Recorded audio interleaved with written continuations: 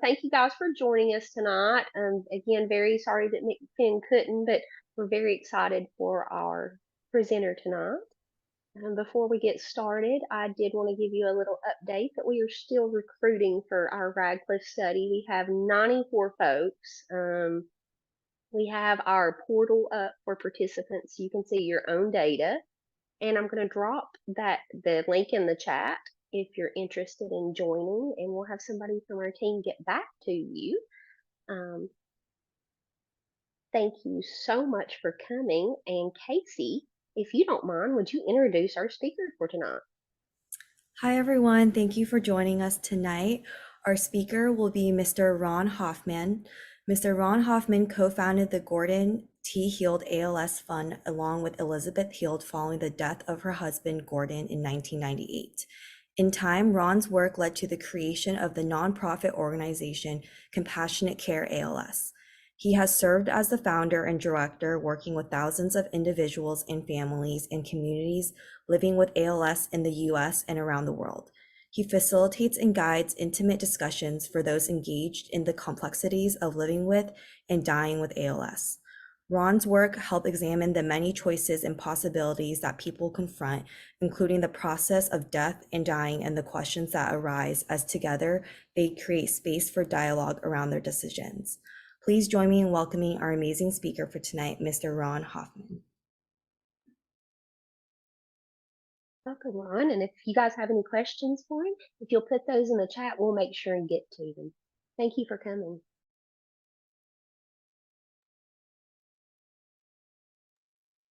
There we go. Yeah, thanks for having me. Really, really good to be here. Thanks for everyone showing up. I see a lot of our team at CCALS is here. Thank you guys and girls. The art of showing up is something that I still learn to do. When I got involved with Gordon in 1997, again, I didn't go to school for this. I'd never been a caregiver, really. I mean, I tended to my family who had illness and found myself showing up because it was a very natural thing for me to do. I lost my mother, my uncle, my grandfather within 9 months between September of 88 and August of 89, I guess. But yeah, it's been an incredible learning journey. And as Gordon and I and Betsy were living with ALS, we would get information from the two organizations at the time. This is 1997, mind you, which was Muscular Dystrophy Association and the ALS Association. We would look at the material and respectfully discarded it because it just didn't seem relevant to the experience we were living. So a seed was planted in my mind that there just needs to be a different way. Now, at that time, I had no idea what that way was, but a seed was planted. And then about a month before Gordon passed away, I sat with him and Betsy and suggested the idea, would you all be interested in putting a fund together in your name? And after about 10 or 15 minutes, they said, okay. And I said, before you say, okay, what is it you want to do? Meaning, do you want to support research or do you want to help people? And after about another 10 or 15 minutes, they said, well, let's help people. And I said, thank you. Because had they said research, I wouldn't be here. I knew there needed to be another way. And again, I wasn't sure what that way was, but I knew I was onto something.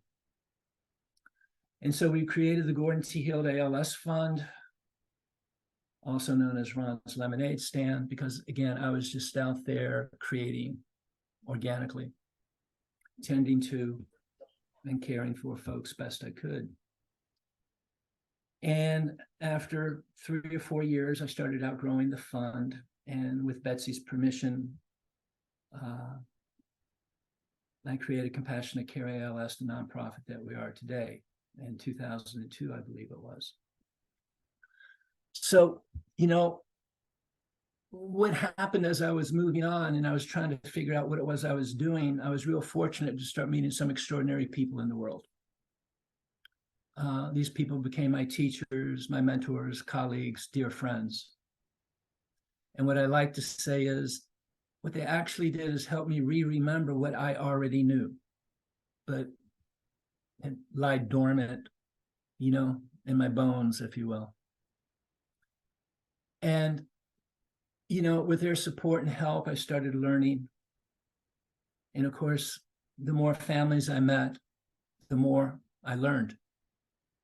And then I guess it was 2012 when I hired my first 2 staff. And well, now we have a staff of 26. And we work with families all over Massachusetts, all over New England, 47 states, I believe, around the US, and many countries around the world. So we've come a long, long way, and we continue to grow, and we continue to hire new staff. Our work is about tending to and caring for individuals navigating all the complexities of ALS, and I don't need to tell anyone on this call what that means. And yet at the same time, what we've learned to do, and we continually learn to do, is show up, hence the art of showing up. What does it mean to be present? What does it mean to listen deeply? What does it mean not to give advice, which is something I don't do? One of the first things I share with folks when I meet them is this: I'm not here to tell you what you don't want to know. Sometimes people will look at me, well, why are you here, Ron?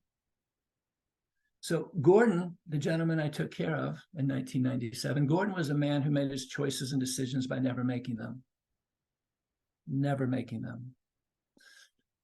I truly learned to honor that. Just like when I meet folks today who have the same mindset of, I don't want to know anything, I honor that.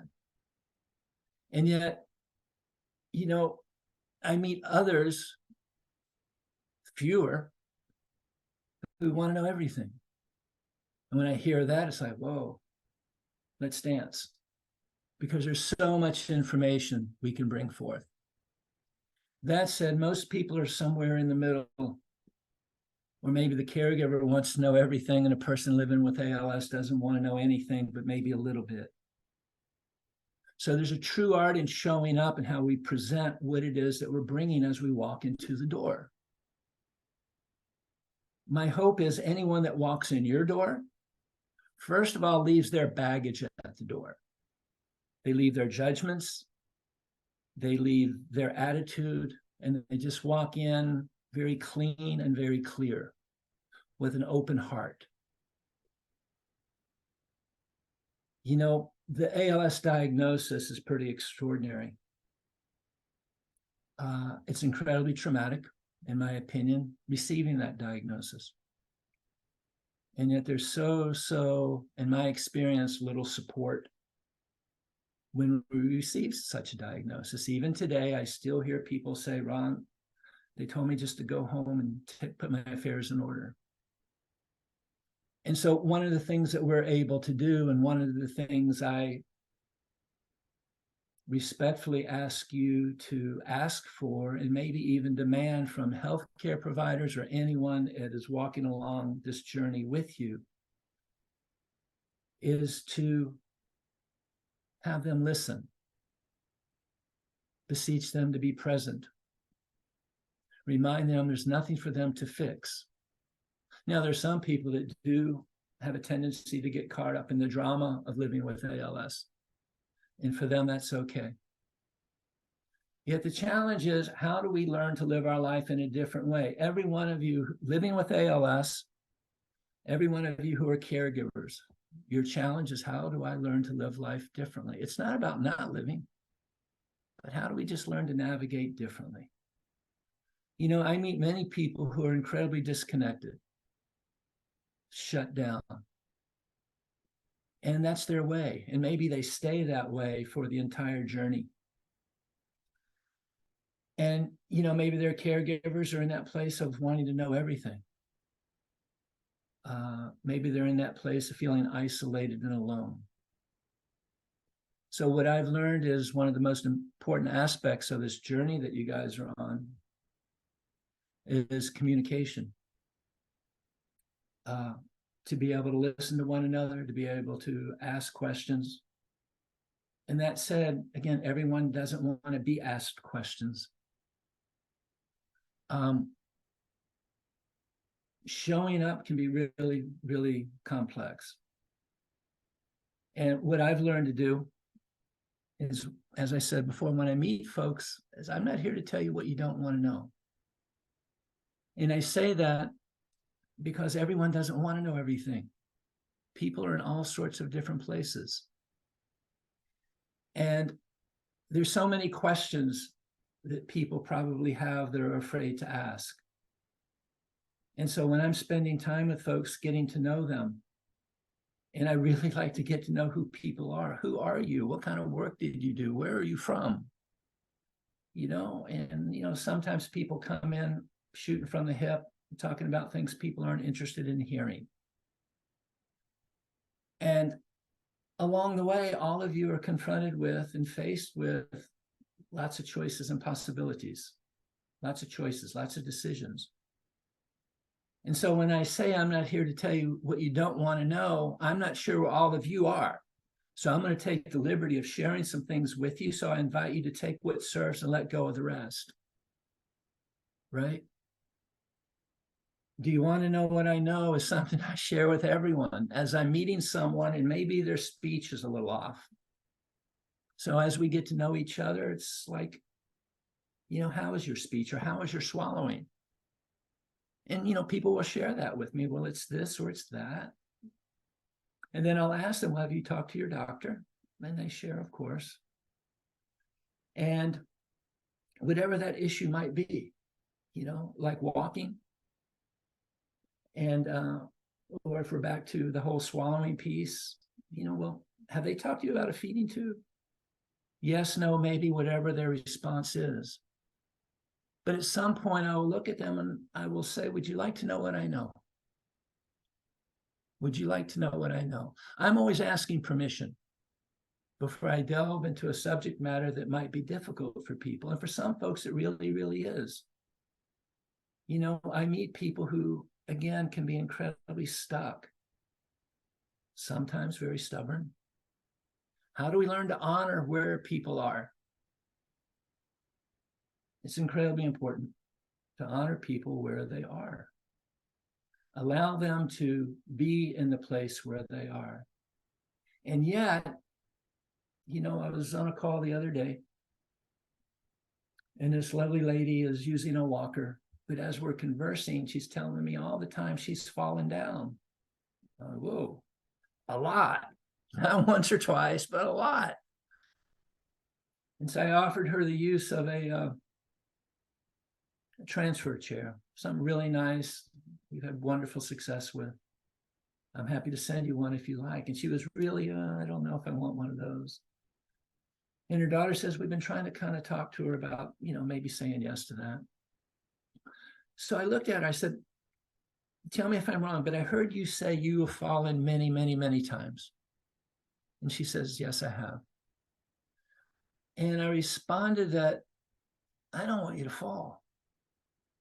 I've known people who have fallen and their ALS took a back seat to extraordinary injury. And I said, with love in my heart for you, I've known people who died who've fallen. So as she was listening to that, she said, I'll take the chair. And I shared with her, her arms were good so she could maneuver it herself. Her feet are good so she can tool around a house. It's just, accessibility and being safe are so incredibly important, as you all know. But what I also share with folks in appropriate ways to the person living with ALS, this is just not about you. It's not. It's about your family. It's about your caregivers, your significant others. For many of us, we're very much in this together. For those of us who are lucky to have people standing by their sides, living with ALS, walking alongside you, everyone isn't as fortunate.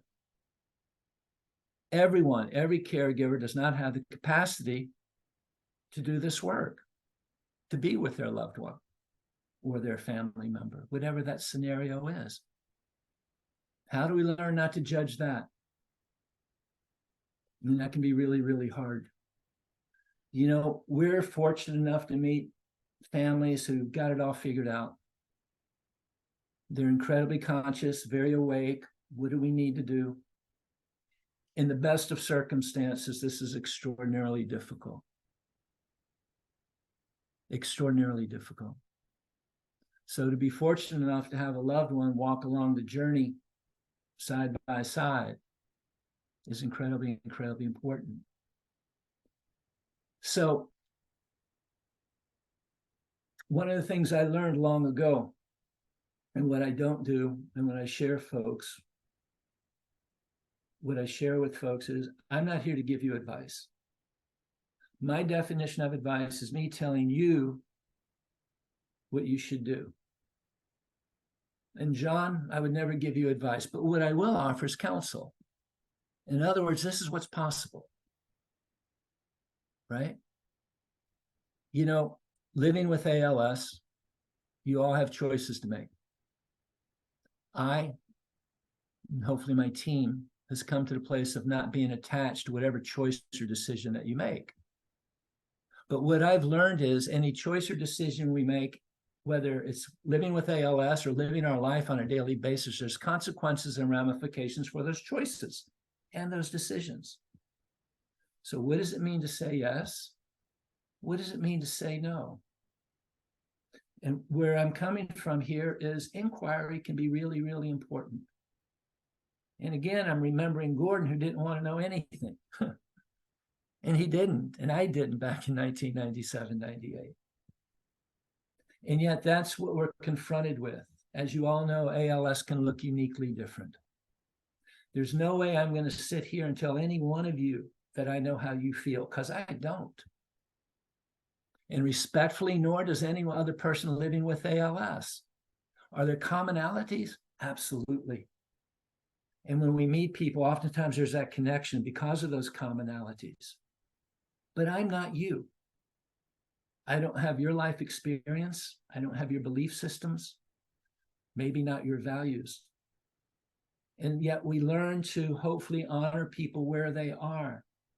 So when I meet someone, I was talking to a dear buddy today, a man with ALS, and extraordinary guy wanting to help everybody, incredible heart. And I'm listening to him and I'm reminding him of such. I said, my friend, you're not this person. So my counsel to him is, when you're sharing, own, this is my way. This is what works for me, right? Because what works for me might not work for you. Incredibly important.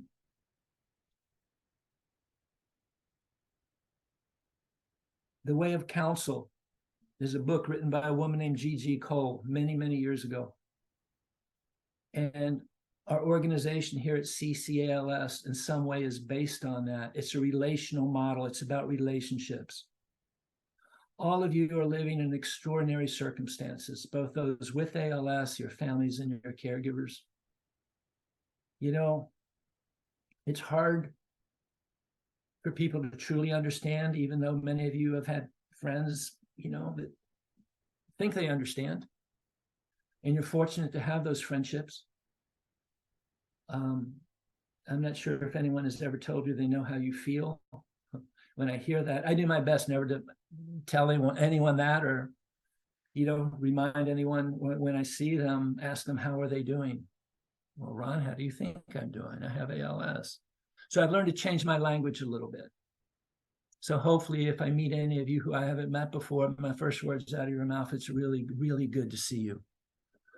And when I knock on your door, if I'm meeting you for the first time, I'm going to take a minute when I can remember, and I always don't remember, just to check in, center myself. Again, leave my baggage at the door. To walk into your home very clean, very clear, with absolutely no agenda, except to meet another human being where they are, who happens to be living with ALS, the uninvited guest, as I call it, right? It's extraordinary times in the world, and you're living in extraordinary times. I just remember how hard it was. And yet sometimes, as in life, it's just hard. How do we get to the next moment? How do we get to the next day?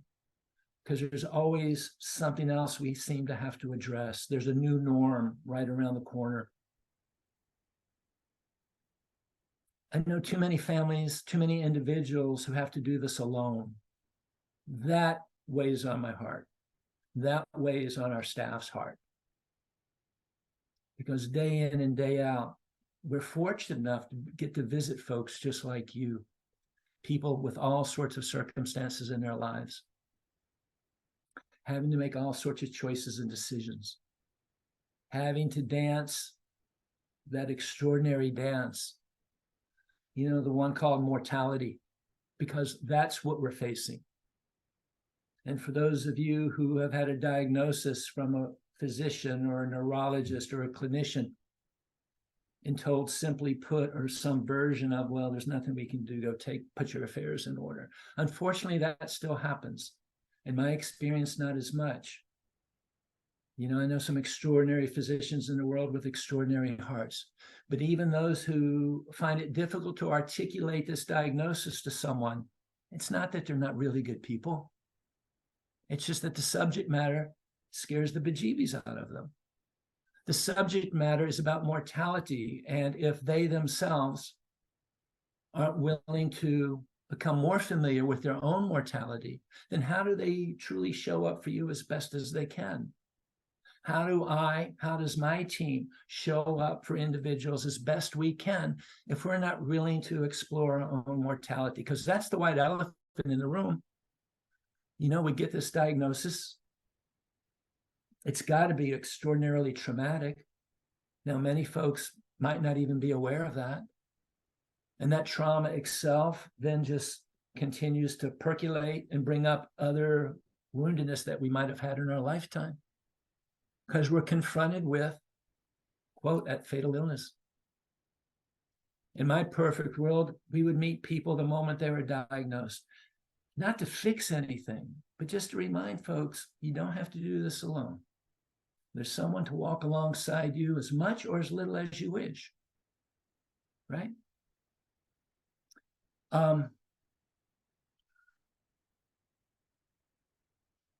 Sometimes it's important to me to be very aware of what it is I don't know, because I certainly don't know everything. How do we learn to be okay in the not knowing? To me, that's incredibly important. Some people seem to need to know everything, and maybe for some things there aren't answers. But to be okay in the not knowing, how do we learn to be okay? Sometimes in the silence of our own breathing, our own breath. How do we learn to cut down the hamster wheel? How do we do that? I certainly don't have all the answers. For some people, maybe visualization. For some, maybe meditation. For some, just sitting out in nature. For some, maybe just being quiet. How do we learn to be okay with the knowledge that it's okay to feel? It's okay to get angry. It's okay to scream. It's okay to cry. How do we be okay in showing up for a diagnosis like ALS as things manifest themselves, the physical realities that can sometimes be extraordinarily difficult and sometimes downright ugly? How can we learn to be okay with that? How can we learn to navigate our life, hopefully with, people who love us along the way? These are questions I don't have all the answers for, but I know if we pay attention, I know that if we're willing to explore what other people might have to say, maybe we find those answers. We share with our families, you don't have to recreate the wheel. And again, I certainly don't know everything. And again, some of my biggest teachers are you.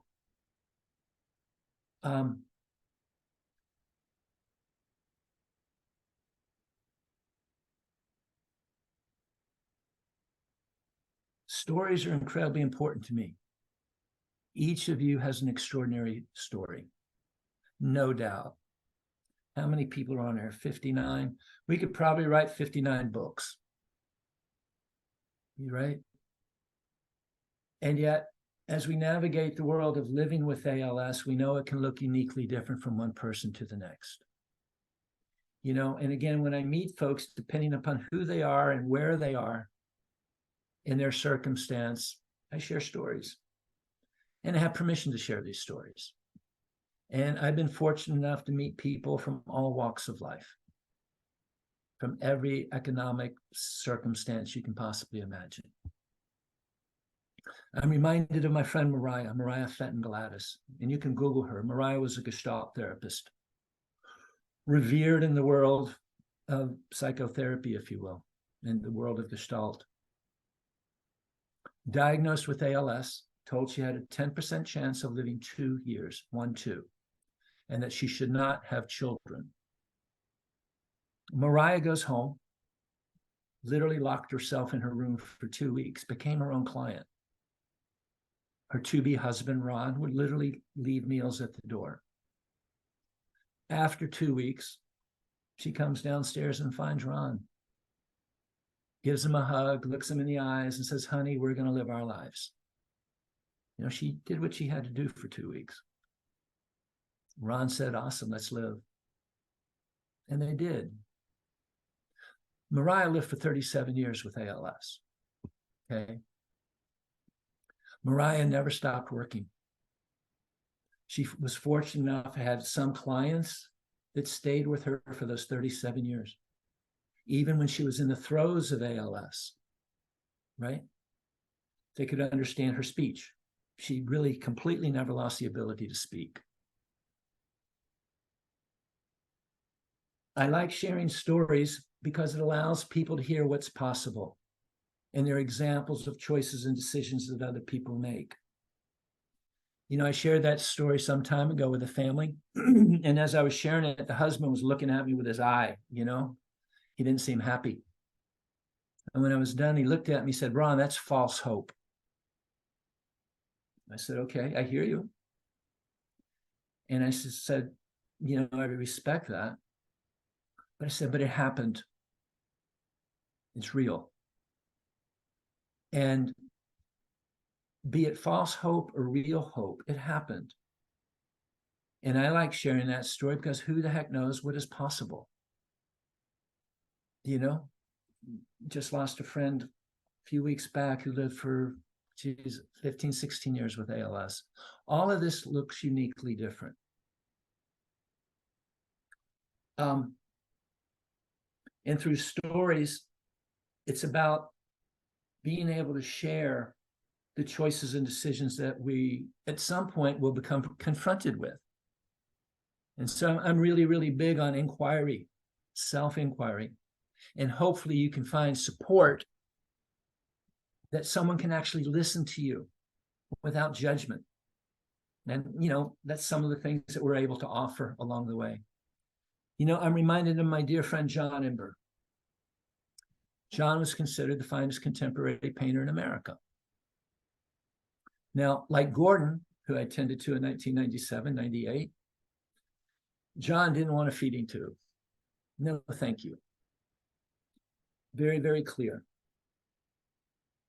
Portal a year plus down the road, I visited him, and John and his wife, Jill, and their son, Gabe, we became incredibly, incredibly close.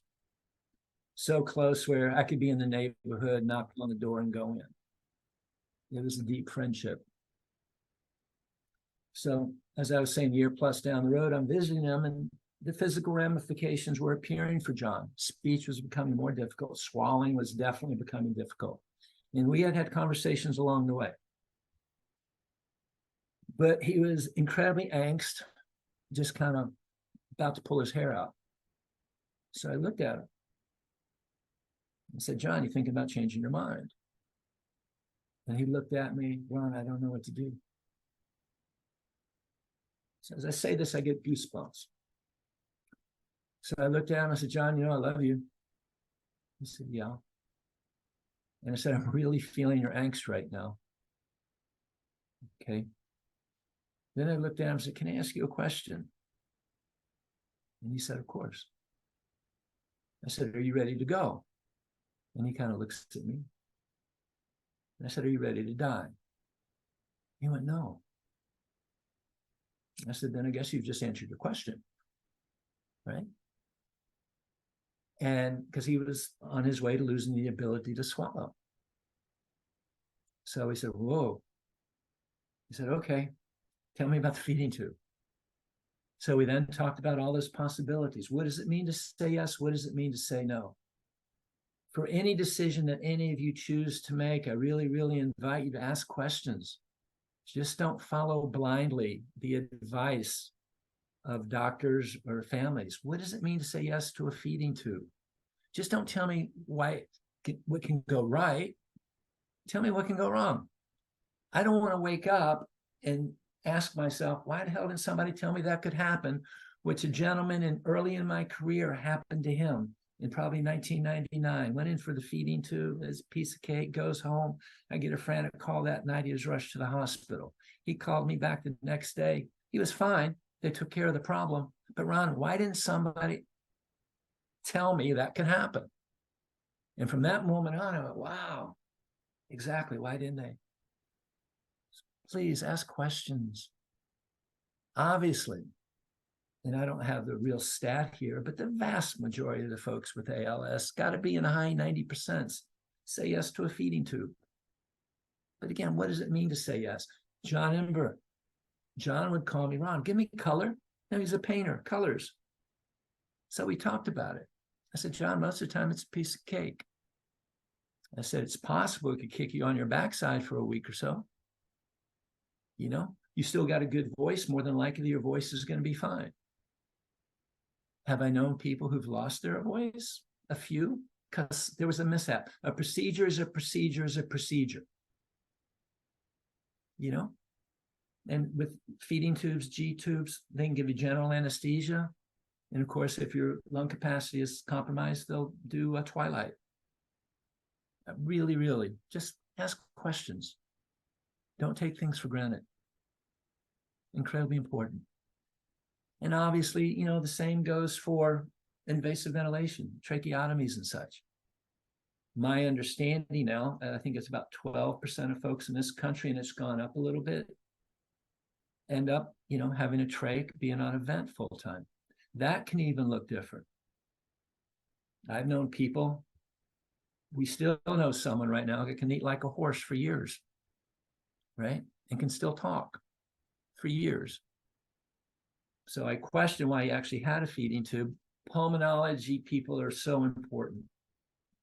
You know, all clinics, unfortunately, it seems, don't have a pulmonology doc on hand. But pulmonologists are an incredibly important asset to have. You know, we've been blessed to make a few acquaintances with several that we can sometimes connect folks with. Questions, so important.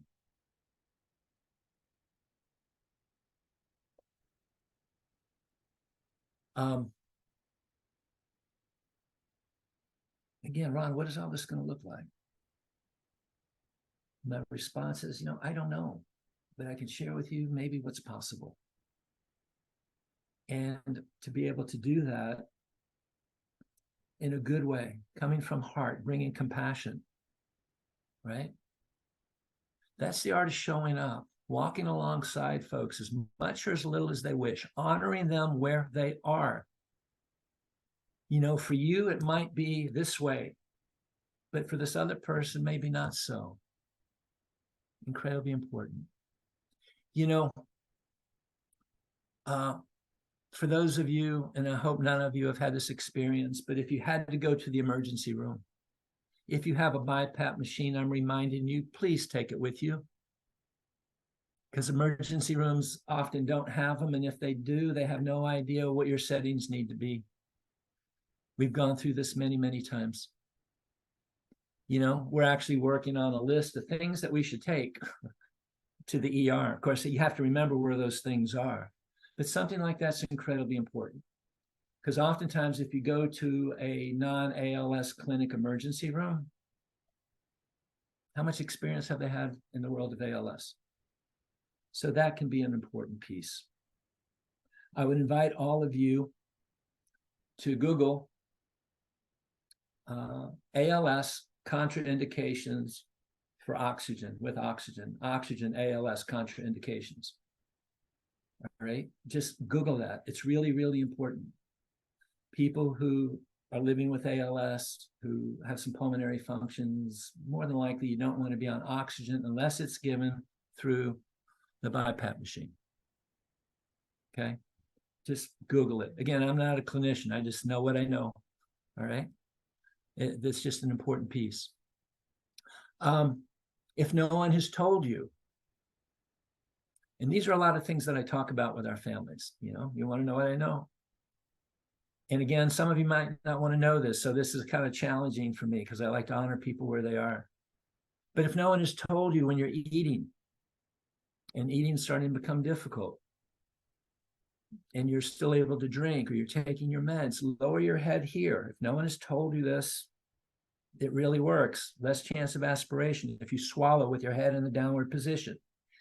And I can't begin to tell you how many people I've said that to, that no one told me that. I said, well, that's why I asked you. If no one's told you this, I'm letting you know.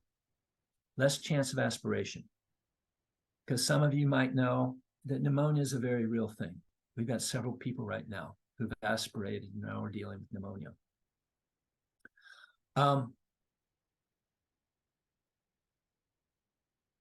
Driving. That's always an interesting piece. I'm sometimes brought into these conversations. Ron, tell my husband to stop driving. Whoa, I can't do that. But this is what I do.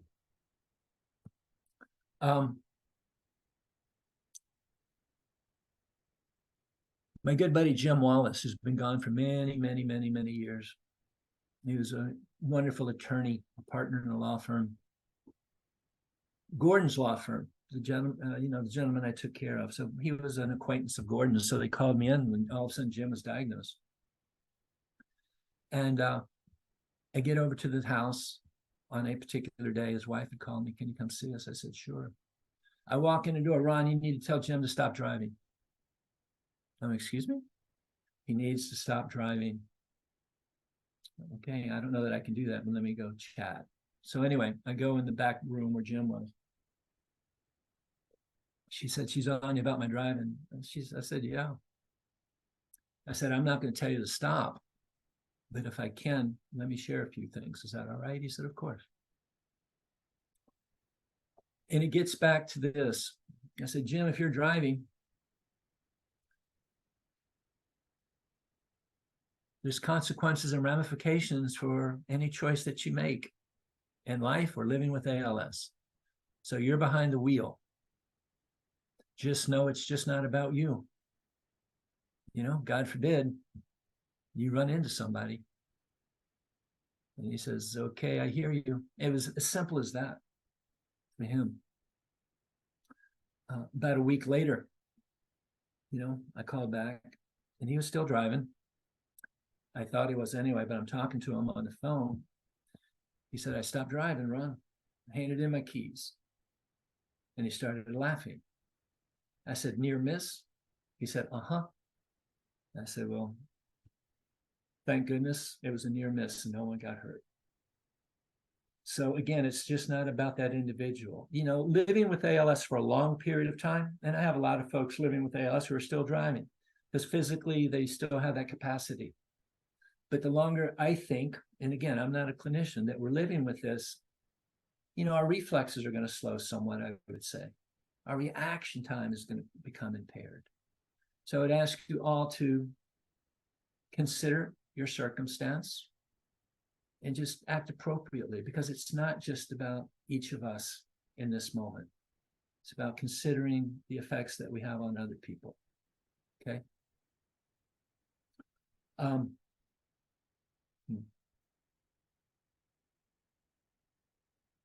Do you want to know what I know? I had a conversation with a woman this morning. And part of it is, and she's been living with ALS for a while, and walking is becoming difficult. And I just, I said, how do you pee at night? What does that look like? Right? I mean, it's about getting real. Sometimes we just have to kind of like put things out there. She was sharing with me that she's still getting in and out of bed, falling along the way. I said, "Oh, you and that falling." So I was able to offer her some other alternatives. You know, there's a wonderful new female urinal bottle that's out of LA. A medical person and a colleague of hers created this female urinal bottle that is incredibly well packaged. It's non-spillable. When I got a sample of it, I went, "You got to be kidding me." And I'm sharing this with this woman. And she says to me, "I've never seen anybody so excited about a female urinal bottle, Ron."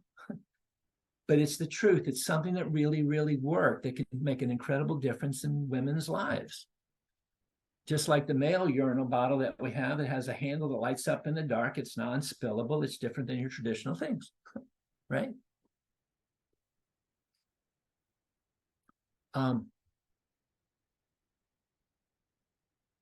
Yeah. It's like, do you want to know what I know?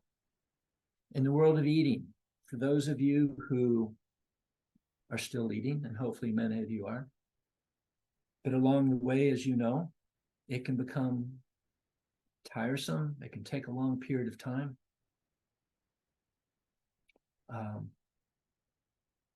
Again, we should swallow down here. So a question I would ask you, you know, Chris, if I were sitting with you, it's like, how's your eating? Well, it's this or that. Taking you a while to eat, taking you a while to chew. If the answer is yes, okay. So you're cutting your food up a little, blah, blah, blah. Anyway, I would ask, do you have a food processor? Maybe you do, maybe you don't. Let's say you do. I'll say it's a little big one. Yeah. Okay. I say, well, we got these little food processors, which means less cleaning for whoever's cleaning it. See, the caregivers are equally as important to me as those living with ALS, right? I'm not sure, there's a lot we don't think about along the way. So anyway, so what I would share with you, Chris, is you cut your food up or someone else cut, you know, you cook chicken up, small pieces, throw it in the Cuisinart pulsing, not puree, pulsing. It's still textured. But when we do that, it's going to take a lot less time and a lot less energy to chew your food. It's going to be a whole lot easier to swallow. And it's going to be a lot easier to digest. And a lot of people it's just a little trick that we learned along the way. And this is something that we share. How do we learn to live our lives in different ways? How do we learn to communicate in different ways? How do we learn to enhance our voice? Well, there's voice amplifiers.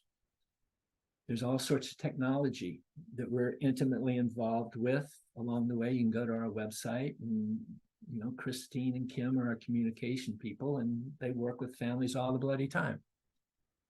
You know, and there's, you know, we have working relationships with other organizations that are working with folks, but we're able to even support people more, right? Again, how do we learn to live life differently? There's nothing in the AL experience that we at CCALS can address. And maybe it's a little bit, maybe it's a great deal. You know, the BiPAP machine, a cough assist, and the suction machine, those are the kit. At some point, everybody should have one. And yet, oftentimes, everyone doesn't have one. And sometimes people don't even want them. And how do we learn to honor that? I've been in the homes before where I've seen this BiPAP machine or just sitting in the corner with dust on it. And oftentimes that holds true, not always, but it can hold true for a lot of our elders. And we have a lot of elders. Some living alone, some living with a brother or sister. And, you know, there's nothing we won't do in those circumstances for folks.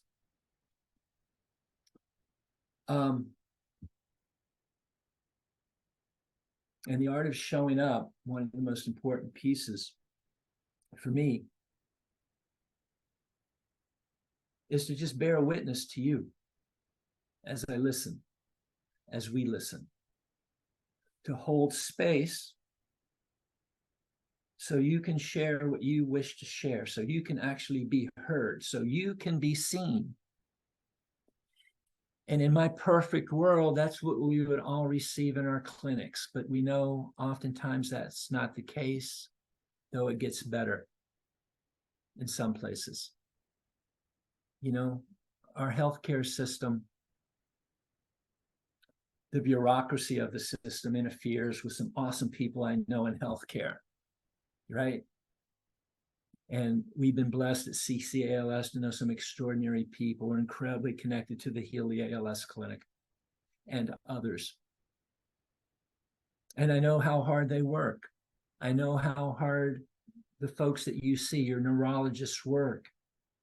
And they see one person after the next person after the next person, just like we do. So how do we continue to show up for you as you guys have to continue showing up for the uninvited guests day in and day out? I would invite all of you living with ALS and those who are caring for those living with ALS to honor one another. Because what you're doing is extraordinary. What you're doing is hard. Now, I was a caregiver 24/7. Again, for all of you caregivers who are on here, I have no idea how this must be for you. Is there commonality? Of course there is. And I know sometimes, if you're lucky, you can take a day off here or there, or the person living with ALS can take a day off here or there, or maybe go out with friends or have our own space. And yet when we come back together, here we are. And yet we're still in that field, that energetic field, 24/7 of doing this. And it's a continuation. So it's just nonstop. How do we continue to find not just love, but joy amidst the chaos? How do we find love, joy, and the beauty and the chaos of living with ALS?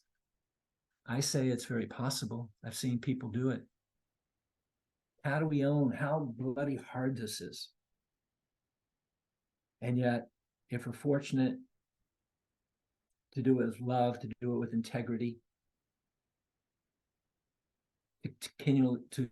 to continually show up for one another.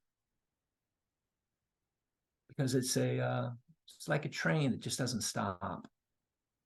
It's one thing after the other. Some years back, I met this extraordinary gentleman from South Africa. His name is Viewy. Viewy was born in Zululand. Viewy grew up in apartheid. Hardcore. Somehow, I would say he got lucky, because as a little boy, he was a caddy at the golf course for the Africanos. And this young teenager took a liking to Viewy and told his father about him. He became their caddy all the time, but this family put him through school in South Africa. And he got incredibly good grades, and somehow he found the good fortune of finding himself in the US. I believe he went to one of the Ivy League schools. But he's a rugby player. View is a very small man. He's the rugby, and I don't know rugby that well, but he's the one that gets in there and runs. He had dear friends here in the States that he came over for an appointment at the Healy Clinic, and they called me, would you meet him? I said, of course. So he was here with his wife and his kids. They all came in, beautiful family. And I remember sitting with you. We spent a couple hours together talking about a lot of things that we're talking about here. And he wanted to know about research. And I said, well, you know, that's not my thing, but you're in the right place for that. And I had brought with me a transfer chair in plastic. It's a really cool chair. It's a Carmen. The only one we buy. And at the time, I had an office in Boston, and I just sat it next to a chair. So when he came in, he kind of looked at, mentioned it, but we had sat for 2 hours, and then he had to get going, meet his family. But before he got up, he's looking over it. He said, "Why did you bring that?" And I said, "Well, I thought maybe you could possibly use it. I didn't know, so I just thought I'd bring it. I didn't know." He said, "So what is it again?" And I explained it to him. And I said, "You want to see it?" So he got up. He went, "Not really, but okay." So I tore the plastic off of it. I opened it up. It weighs like 19 pounds.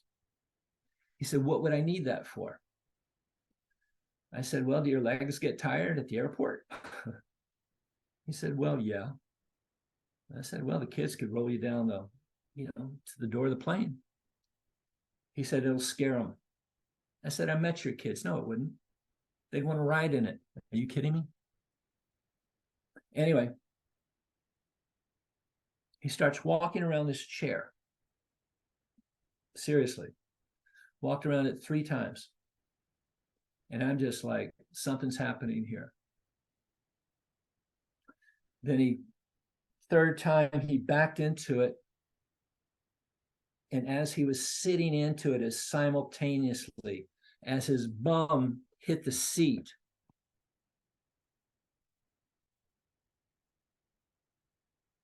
the tears of his ancestors came through him. Now, that might sound strange, but that's what I saw. Tears poured through this man for 3 minutes as he was wailing.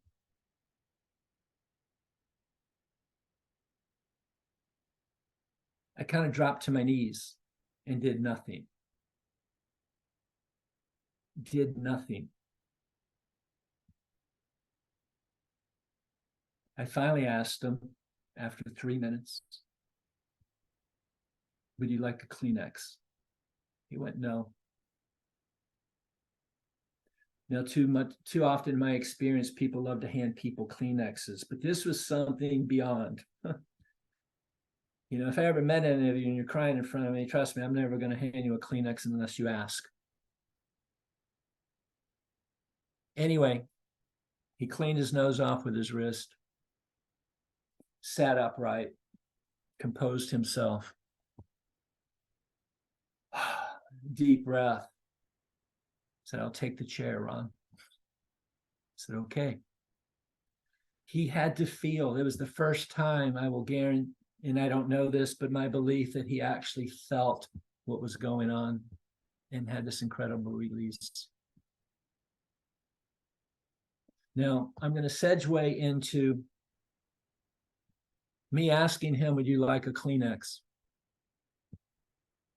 Another quick story, and if there's nothing else that you get from what I talked about tonight, I invite you to hold on to this nugget. I was at the Silver Lounge, which is Gordon's watering hole, the gentleman I took care of, prime rib night every Thursday night. Well, my buddy Doug Oakley, who was diagnosed with ALS, we became very fast friends. He eventually joined my board, but this is early in my relationship with him. So we had gone to lunch at the Silver Lounge. We were at the bar. He was still very ambulatory, and his hands were starting to give him a little problem, but he was fine. So we ordered our food. He's drinking his beer. Our food comes. She puts it down. I see him kind of looking around. I passed him the salt and pepper. Just passed him the salt and pepper.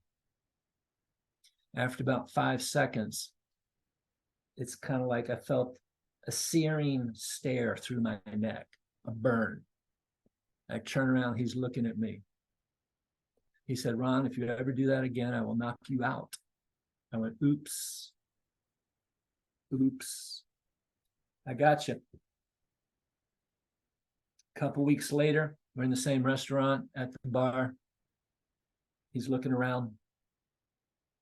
I said, "Doug, may I pass you the salt and pepper?" He said, "Yes, please." The moral of the story, if I'm in your home Jose, if I'm visiting you and you needed something, one, you're going to have to ask me, Ron, would you get this for me? Or before I ever do anything for anyone, I'm asking permission. Incredibly important. I mean, that's just been my experience, to ask permission before I do something for someone. Because even though maybe you have limitations, maybe you're still able to do it. It's about honoring people where they are. ALS doesn't define any one of you people as to who you are. It's just the uninvited guest that happened to knock on your door and you're living with it. But it's not who you are. You're the same person. You've got the same spirit and the same soul. You're just having to navigate an extraordinary compilation of choices and possibilities in your life, right? And having to explore all this and to delve into and inquire into the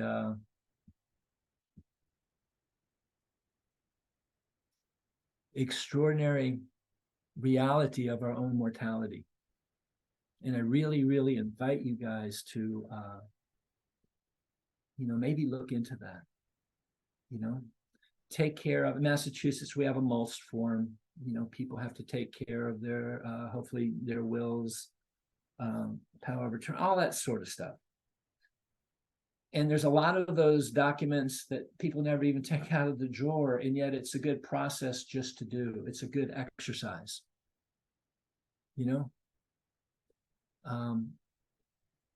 On our website, there's a great deal of information in our speaker series. There's something called Conversations with Ron, where we delve into a lot of these things. I really, really invite you to check some of those things out. We do some very interesting gatherings, Men of ALS, which is strictly for men who have ALS and men who are caregivers, women of ALS, just women who have ALS and women who are caregivers. We do something called Beyond ALS, which is for folks who've lost someone. A couple of my people have created this extraordinary program called Honey Grief, which is extraordinary for those who've lost someone. None of us have to do this alone. And those that choose to, God bless. But again, our work's about tending to, caring for individuals and their families, navigating all the complexities of living with ALS. And why ALS decided to knock on your door, I have no idea.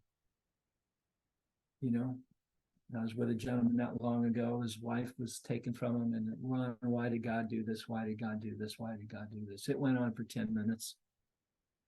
And I'm listening, and my heart's aching for this man. I said, have you talked to your rabbi? He's out of town. I said, well, you'll talk to him when he gets back. And he went on and on. Why did God do this? Why did God do this? And he's looking at me. And I'm saying, okay, are you wanting to know what I'm thinking about this? You want to know my thoughts? He said, I've been waiting. And I looked at him and I said, my friend, I just don't think God had anything to do with this. And he stood right up and said, what? I said, I don't think God had anything to do with this. It's just life. So if God had something to do with taking your life, that means God has something to do with taking everybody. I just don't see it like that. I mean, God is there to walk with us, to love us, to be of support, for us to go to God or whatever it is that we might believe. That seemed to resonate with him a little. It's just life. I don't know why. How do we learn to be okay and then not knowing why? And yet just live our lives as best as we can. How do we learn to live our lives in a different way? Not to stop living our lives. Some people choose to go inward. That's okay if that's their choice. But again, none of us have to do this alone. There's resources out there. I really invite you to look after them. Okay, that's what I've got. Chris has a question I'm seeing there. I do see a question that says, Yeah, Chris. Scroll up. Can you unmute Chris? Oh yeah, I think I'm unmuted now. Yeah, from earlier, I'd asked is there any way to get to most neurologists, at least here, and say, do not tell a newly diagnosed ALS person they only have 2 to 3 or 2 to 5 years to live? Because as we all know, it's bullshit. It really is. And I don't care if you read it in a book, it doesn't take into account the human spirit and the fight that each one of us have. And these are like the bravest people, like in this space, in ALS, that I've ever met in my entire life. So they don't deserve to be talked to like that. And it's not true. Simply not true. So Yeah.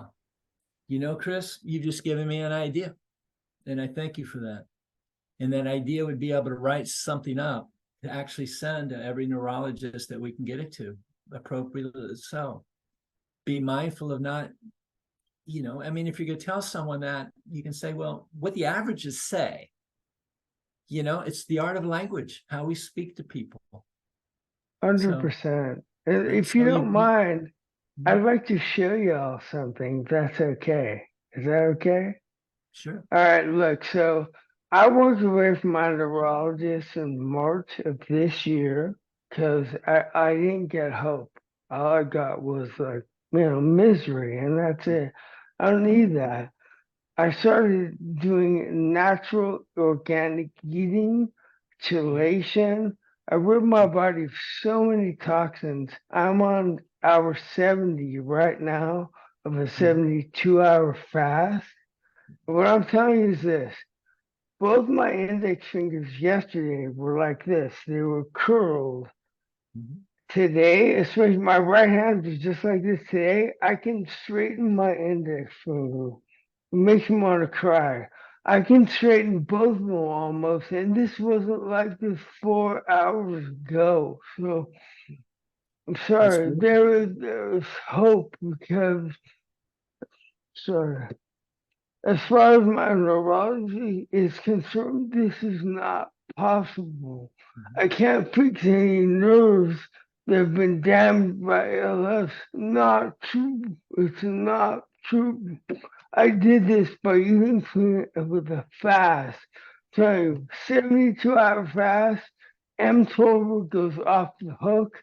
Your body pulls stem cells from your own bone marrow, and apoptose is happening at such a high rate that it gets rid of millions of protein fluid and misguided cells. Yeah. So I'm Chris, telling you, I hope you everyone hope that's all I care, right? hope Seriously. there's nothing like hope. And what I would say to you is I'm a huge fan of people doing what they find and what they're led to do. Okay. And, I'm a huge believer in all sorts of holistic modalities of work. Okay. And the fact that you're having success with that is a beautiful thing. And you can share that. Again, what I would say in regards to our neurologists, it gets back to mortality. I believe this with all my heart. They just don't have that capacity, whatever their life story is. Though I know other physicians who are extraordinary at showing up and being present and honoring people where they are. Okay. I agree with you 100%. Beautiful. Like I don't have dislike for my neurologist. I Sure. respect her. I think her job is so difficult. And I believe that in that field, ALS specifically, they've done this for like 10, 20 years. There's got to be a disconnect in there somewhere. Of course. So I attribute it to that. I just like it to be more of the script of, Sure. because it's a script. You have 2 to 5 years, retrofit your house for a wheelchair, get your affairs in order, and stop working out. I'm like, what? No, I hear you. I hear you. I hear you. no. So, Chris, I would invite you to check out our Men of ALS gathering sometime. It's on our website. I'd Okay? love to. Thank you for everything, Ron. Okay. Any other do you want to take care of the chats there? Oh, yes. So we have we have a couple of questions and comments. I'll Yeah. go with the comments first. Heather loves the idea of the um, letters to the neurologist. I'm taking it, Heather, because that's about the time that it showed up. Ken wants to know, Chris, what are you doing? So we have someone very interested in Yeah. what you're doing. I eat, like I said, I eat clean. I eat nothing but organic. I'm in full ketosis. Once I start eating carbs, I start actually feeling better. So I've been in ketosis for about 6 months. I eat nothing but clean, organic, like grass-fed, grass-finished beef, pasteurized chicken, no fruit, zero fruit. I may eat like 6 to 10 blueberries every couple days, some blackberries, that's it. Fruit causes inflammation, and if our livers are damaged, which most of the ALS have damaged livers, fructose hurts the liver. So I stay away from food. I eat a ton of kale, broccoli, sprouts, milk thistle. I eat a ton of natural stuff, cod, liver. It's all about getting the gut healthy and biome. And once that's healthy, you start building on that. And I believe that's what I'm doing now. Yeah, Aren't Thank you, you? Chris. diet is incredibly important. And there's a lot of information out there. A lot of people are doing a lot of different things. Yep. Right? It's about finding your own path and going for it. Now, what works for one person might not. 100%, Ron. I agree with you. I didn't mean to cut you. I just want to say that's No, what worked for me, absolutely. right? And I've tried things that work for friends of mine that are reversing ALS. It doesn't work for me. So, yeah. But like healingals.org, there's a guy named Bill Brennan. He's in full recovery now. He's lifting weights again. I look to those people that have walked before me and are having success. I take what they're doing, see what works, see what doesn't, and some of it's actually working now. So Yeah. it's amazing. But you're right, Ron. Different for everyone. You have to find that for yourself. I give it like a month. If I feel worse, I stop doing it. You There you know? go. That's beautiful. Thank you. Yeah. Thank Any you, other Chris. thoughts? We have Jose in the chat said, I stopped going to the ALS clinic. I don't want the look of people feeling sorry for me. I only go if I need equipment. Hmm. Yeah. Well, I'm sorry people are feeling sorry for you. And again, that's just, I don't think there's ill intent. It's just people not knowing how to show up for folks. Right. That reminds me years ago. Well, let me reframe this. If I see someone in a wheelchair out and about during the course of my day, the one thing I don't do is look away. The one thing I do is look at them and say hello. Always. Did I ever used to do that before I got in this work? Absolutely not. I would look away.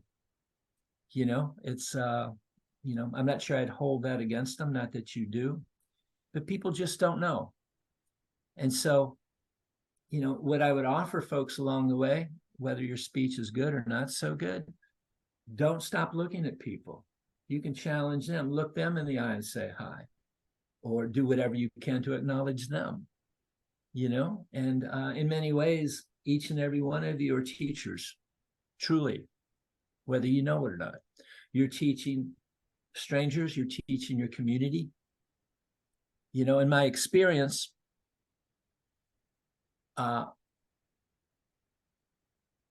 we become incredibly surprised of who actually shows up for us. People that we least expect sometimes. And then sometimes we become incredibly disappointed in who disappears. And it's just a very natural thing. Someone with a diagnosis, maybe you are bringing something up for someone that one of their life experiences and they just can't be with you. Then, of course, there's a total stranger that shows up and becomes your best friend. So it's just, people are where people are. And I've learned to let go of the angst. I don't pay attention respectfully now to the drama in the world of ALS because there's a lot, especially on social media, and there shouldn't be. It's just, how do we just honor one another and be present for one another and listen to one another and care about one another? and let the ego just kind of go out the window. It's about showing up. All righty. And hopefully making a difference, but not being attached to making a difference. Right? Not being attached to any particular outcome. Now that can be hard, but for me, that's what serves best. So, anyone else? Any other thoughts? I guess adding on to what Chris is talking about. So I have a message from Paul in the chat. Quotes, I am one that asked all of my doctors what my prognosis is. It ranged between 18 months to 2 to 5 years. I really appreciate them telling me knowledge is power. Thank you, Paul, for sharing that with us. We appreciate that. And you're always welcome to share more and elaborate, of course. And again, who knows what's possible? All righty. I mean, back in the day when I was with Gordon, it was like a 2 to 3 year diagnosis, right? And unfortunately, I've known people who passed away in 3 months, 6 months, 1 year, 2 years, 5 years, 15 years, 37 years. What's important is that we live our lives as best as we can. Follow the path that your intuition takes you down, right? And honor each other, as you know, Chris put so well. This is what works for me. Alrighty, I get really tired when I see people, not really tired, but you know, when people are projecting what they believe onto other people. You know, I'm glad that worked for you. And you know, maybe I try and it doesn't work for me. Where does that get me? So it's about following your own intuition. I think it's incredibly important to do.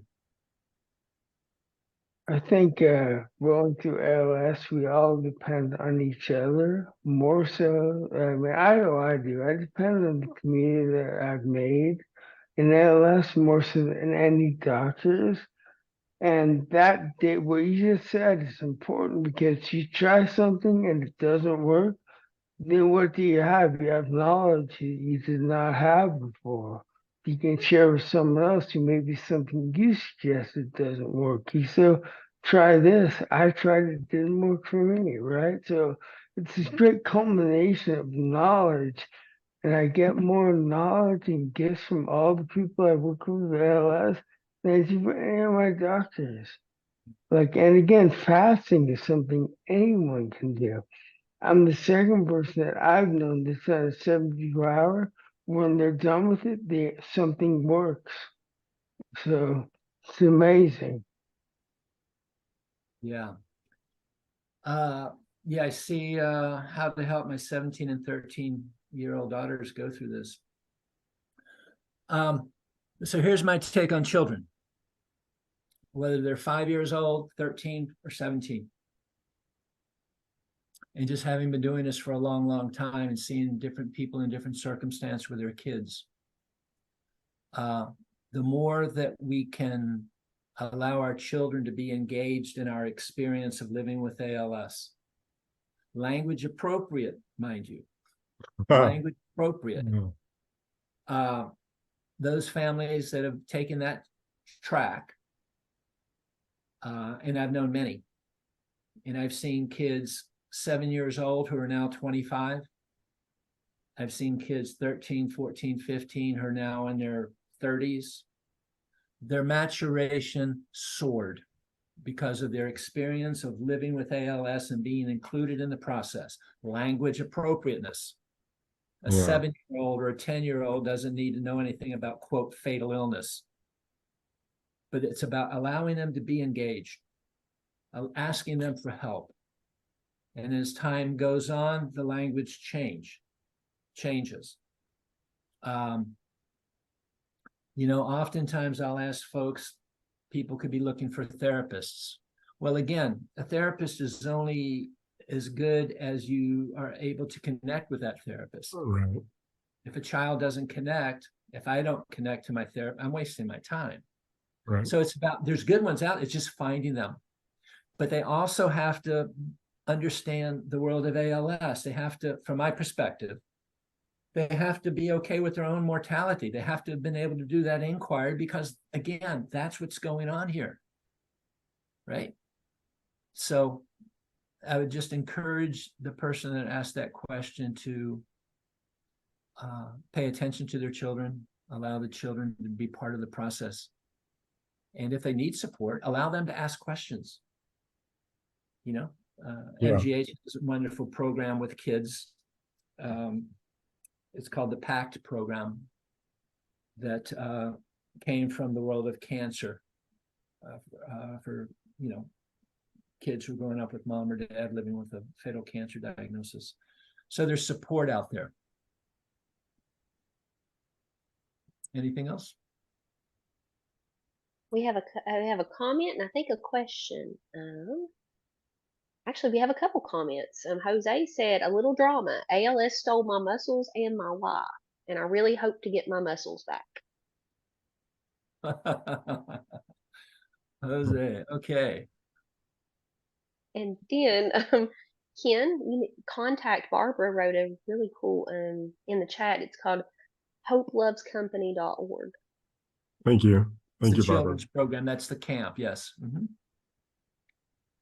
then Wes says, how much do you believe we should try and reach out to family in diagnosis denial? Just wanting your thoughts on this subject. Yeah, I would say be very careful. We don't call anyone unless we're called first. You know, there needs to be an invitation. There needs to be a referral. And, you know, again, this wonderful gentleman I was talking to earlier today has a real passion for wanting to help people. But you need to remember, it's the art of language. You know, in many ways, what you're speaking to us is kind of like us walking in the door as well. You know, and, you know, how we show up for someone without projecting what we think they should be doing. And I mean, Chris was speaking about what he's doing, so that's working for him. So I would invite you, if you're comfortable reaching out, fine, you can introduce yourself. I mean, it's always nice to have an invitation because maybe some people are really private. Some people don't want any help. Some people become incredibly disconnected. So it's about doing your homework, finding out who they are. Alrighty, just to make sure you don't get the door slammed in your face, because sometimes that happens to us too, you know. But we're always invited before we reach out to anyone. I never call anyone unsolicited. If they're out in the public and it's public knowledge they have ALS, hey, I'm Ron with CCALS. This is who we are. We'd love to meet you if you like. Hi, I'm Wes. I'm in the same boat as you. I heard about you, saw it in the paper, what have you. Would love to meet you. That's how I would handle that. And most importantly, because I talk about this all the time, your story is not their story. Your experience isn't their experience. Is there commonality? For sure. But that person, you know, it's kind of like politics. It could be far right, far left, somewhere in the middle. Okay. It looks like Lynn has his hand raised. Or Wes, I'm sorry, Wes has his hand raised. Hey there. Yeah, Ron, yeah, that was honestly, that was for me and for everybody else too out there. I know I'm not the only one going through having people that are in denial of what your diagnosis is. In my case, I was lucky with a very quick diagnosis. Had symptoms for about a year, you know that, Ron, but the diagnosis process for me was just about 3 months time, and we had a diagnosis. And so I had some family that, oh, well, it could be Lyme disease, it could be this and that, and it just takes a little bit of education. Most of us know that, and that's the biggest thing I think for me is educating myself, so I know what I can do and what I can't do, and what may or may not work in the future. But there's blood tests and stuff to rule that out. Your doctors take care of all that, and it's just a denial for them that they don't want to face it. Kind of like what you were talking about with the gentleman with the wheelchair, that how they don't see you necessarily, they look away. I have encountered that with my power chair. I've had people at Walmart reach right over me Yeah. like I'm not there. And so a lot of people, they just don't want to face what I think is just terminal illness or whatever the case may be. They just don't want to face it. They don't want to look it in the eye because it makes them face their mortality, I think. So just with me being positive and all that kind of stuff, and having honestly great people like Ron, not to, just cause he's here, but CALS, Team Gleason, there's so many great people out there, and great organizations that help us that, this is for the other pals that are here in the group right now. If the family and people like that aren't there, we have so many people out here for us. We have people like Ron and Miss Brenda, and James with them. We have people at Team Gleason. We have all these other people that will be there for you and help you, and they really want to. So don't feel like all my other pals out there, don't feel like that you're alone or anything else like that, because you're not. All the journey's different, but ultimately the emotions are all the same. It's just how we process them. So just thank you, everything ALS. Thank you, Ron, for all y'all do. Yeah, thank you for kind of affirming to me what I thought with that too. So I appreciate you, Ron. Thank you. Yeah, thank you, Wes. I'll see you Saturday. Awesome. I look forward to it. Thank you. I'll mention what I do for breakfast every day. I put a great big piece of turmeric root, a great big piece of ginger root, a big heaping amount of blueberries, and a massively overstuffed tablespoon of almond butter, which is high in butyrate. Blueberries are high in pterostilbene. I'm making my own Relivrio. And then I put protein powder in and soy milk, because soy milk is also supposed to be, because soy is supposed to be good too. So I'm making my own Relivrio every morning. Tastes a lot better, doesn't it? Oh, it's much better. It's much better. Wow. Thank you, David. Thank you. Yeah. Beautiful, beautiful.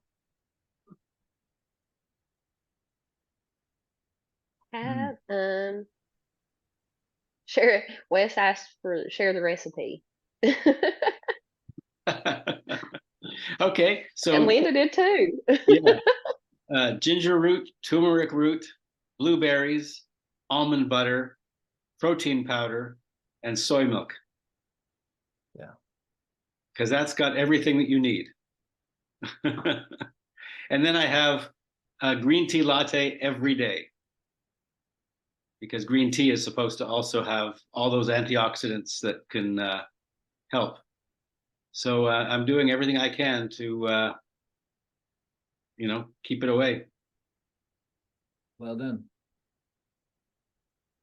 Yeah. All right. Does anybody else have a? Sounds good. I know I eat like a horse too, Wes.